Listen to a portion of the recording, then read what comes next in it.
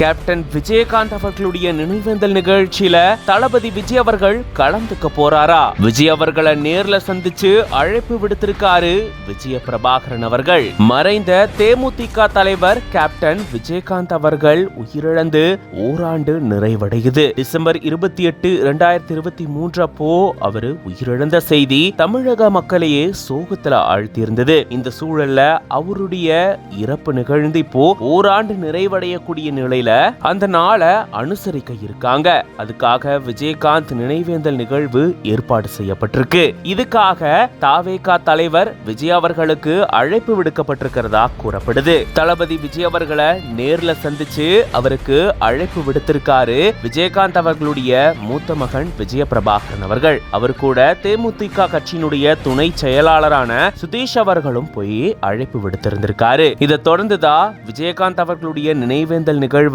தளபதி விஜய் அவர்கள் கலந்துப்பாரா அப்படின்னு எதிர்பார்ப்பு எழுந்திருக்கு. இது பத்தின உங்களோட கருத்துக்களை கமெண்ட்ஸ்ல சொல்லுங்க. மேலும் பல செய்திகளுக்கு பிஹைண்ட் உட்ஸ் பேஜை ஃபாலோ பண்ணிக்கோங்க.